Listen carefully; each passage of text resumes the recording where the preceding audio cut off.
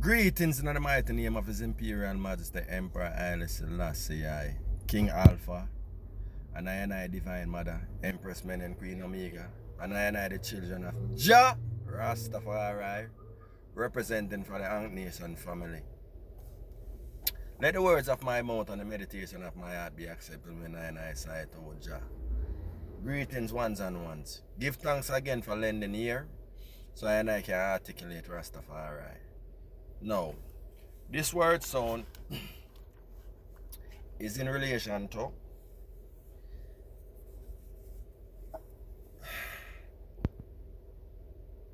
I recent post around Vybz Kartel and Bob Marley, and I think I as a people need a reminder. So in doing so, I recognize in reminding, you know what I mean, sometimes hopefully it affect one to go back in oneself and recognize the importance of the message and the music.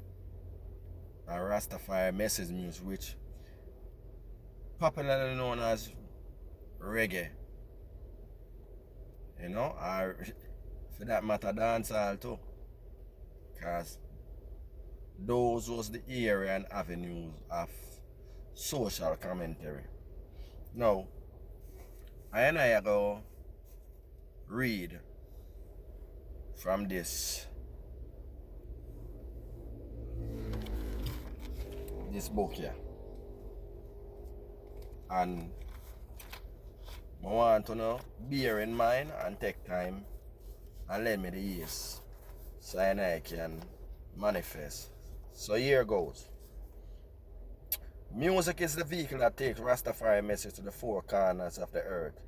It is like the heart to the body that drives the words, sounds, and power of Rastafari globally. Music carries the message of inspiration and motivation to galvanize towards a harmonious world that exhibits, pardon me there,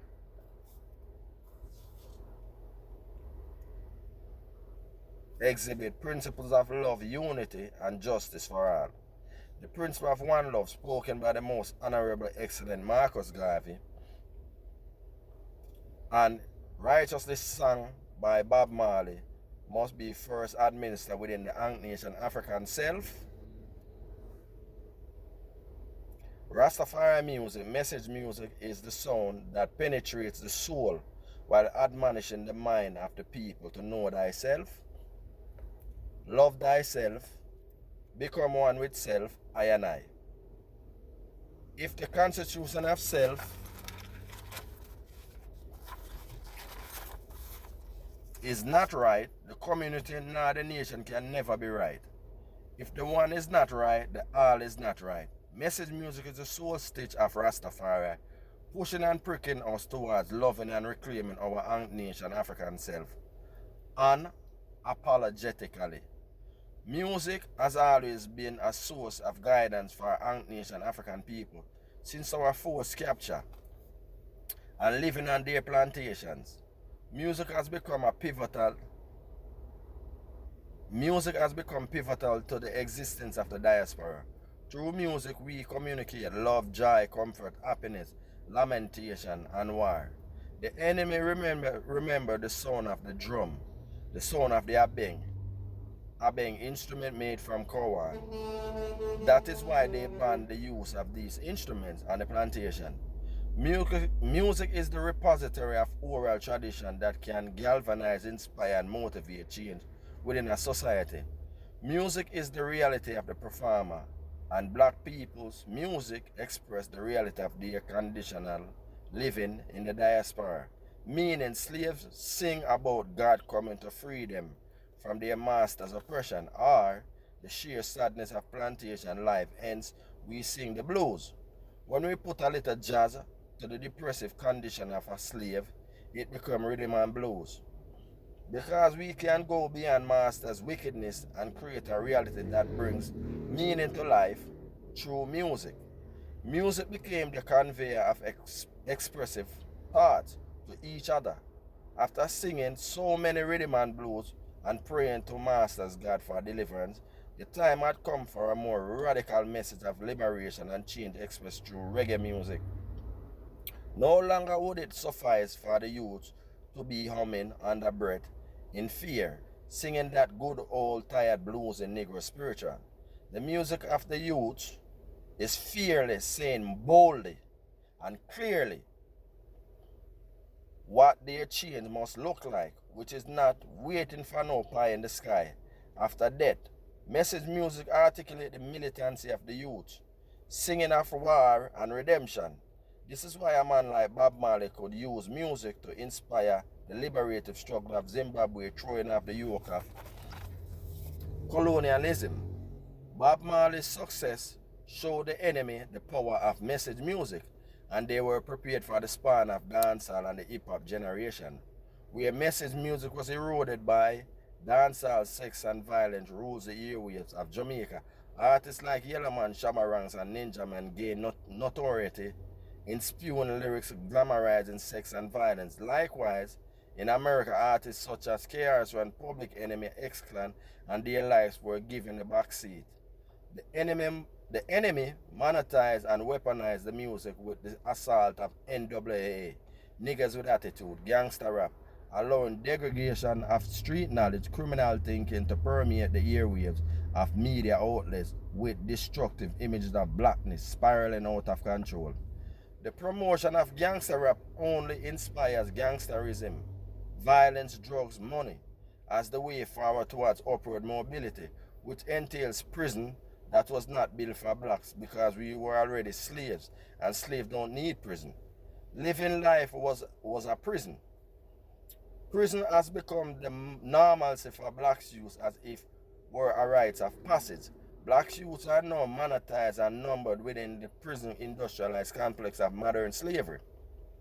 The message in the music is now individualized. I gotta get mine. This is not an indictment against the youth because they are only trying to get paid. But at what cost? And who is truly benefiting? While your individualized wealth is growing, your collective destruction is assured by your insurer, the enemy. The message in the music speaks to the value of Nation African unity as being weaponized to the sound of destruction through spoken words, bombarding the minds of the youths towards criminality for upward mobility. Meaning the youth see glamour and lavishness and they want to be rich too.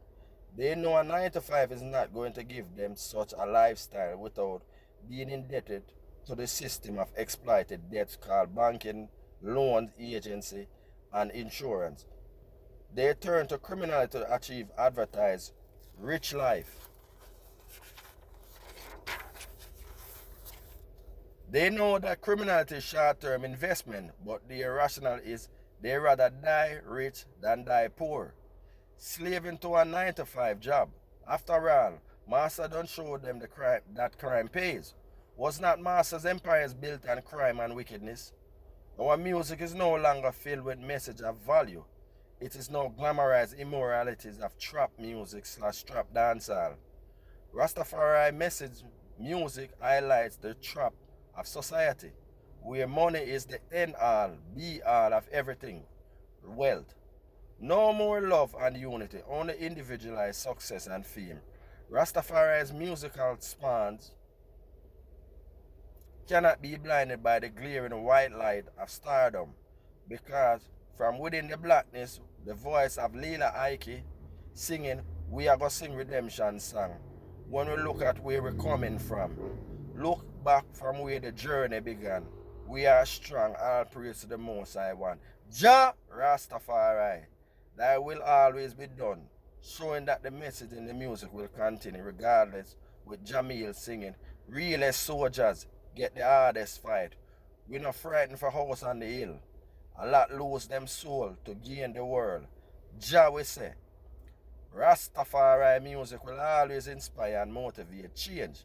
Message music will be the relevant sound in the struggle for liberation of Rastafari Nation African family.